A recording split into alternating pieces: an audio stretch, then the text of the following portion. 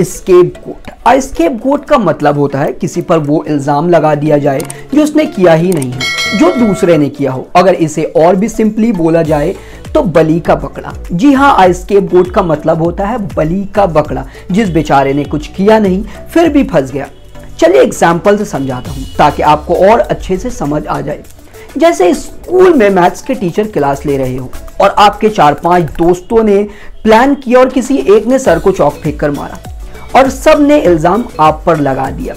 Teacher बड़े ही गुस्से में आए और टीचर ने आपकी ज़बरदस्त पिटाई कर दी। तो आप क्या बन गए? जी हाँ, आप बन गए बलि का बकरा, a scapegoat. I was made a scapegoat. मुझे बलि का बकरा बना दिया गया। You are making me a scapegoat for all your mistakes. तुम मुझे अपनी सभी गलतियों के लिए बलि का बकरा बना रहे हो, यानी तुम अपनी सभी गलतियों का इल्ज़ाम किस पर लगा रहे हो? तुम अपनी सभी गलतियों का इल्ज़ाम मुझ पर लगा रहे हो।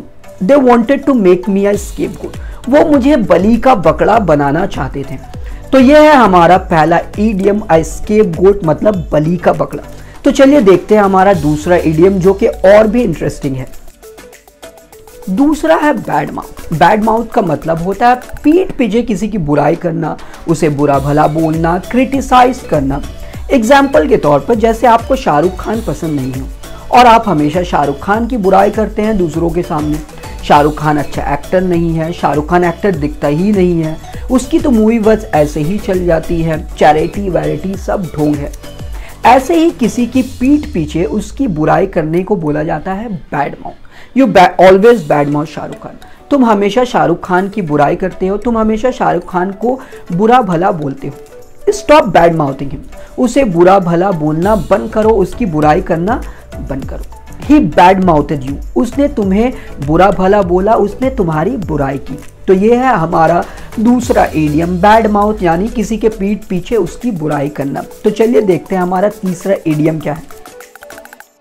तीसरा है इची फिट। इची फिट का तो एक मतलब होता है खुजली वाला पैर, बट ये इची फिट के माने हैं हमेशा घूमने के लिए, यहाँ वहाँ जाने के लिए, कुछ नया करने के लिए खुजली होना।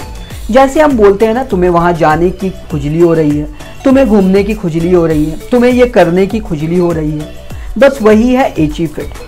आई always get itchy feet at this time of year.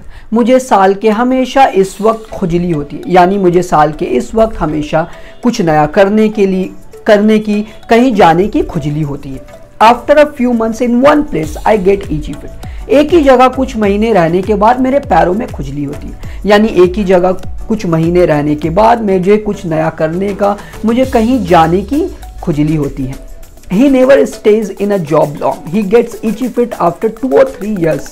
वो कभी भी लंबे समय तक नौकरी पर नहीं रहता, उसे हर 2-3 साल बाद खुजली होती है, यानी उसे हर 2-3 साल बाद कुछ नया करने की, कहीं घूमने जाने की, कहीं जाने की खुजली होती है। तो ये है हमारा तीसरा इडियम, इची फिट, यानी कुछ करने की खुजली होना।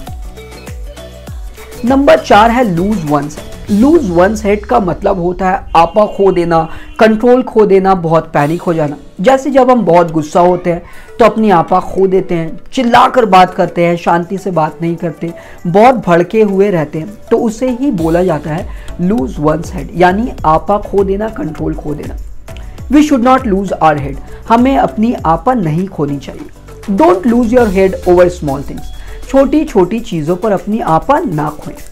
You lost your head over small things. तुमने छोटी चीज़ों पर अपनी आपा खो दी, तुमने छोटी चीज़ों पर अपनी कंट्रोल खो दी, यानी तुम बहुत गुस्सा हो गए, तुम बहुत पैनिक हो गए। तो ये है हमारा चौथा इडियम। चलिए देखते हैं हमारा पांचवा और आखिरी इडियम, जो कि और भी काफ़ी इंटरेस्टिंग है।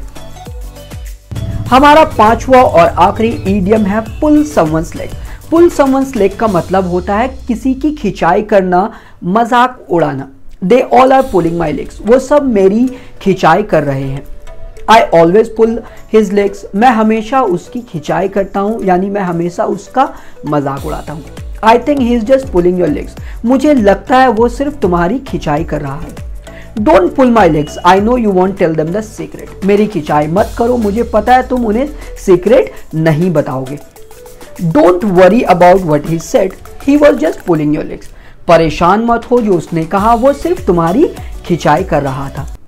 तो उम्मीद है आपको आज का ये वीडियो पसंद आया होगा। अगर वीडियो पसंद आया हो तो लाइक एंड सब्सक्राइब कर देना, ताकि आपको मेरे आने वाले सभी नए वीडियोस का नोटिफिकेशन मिलता रहे और आप अपना इंग्लिश इंप्रूव करते रहें। तो आज के लिए बस इतना ही।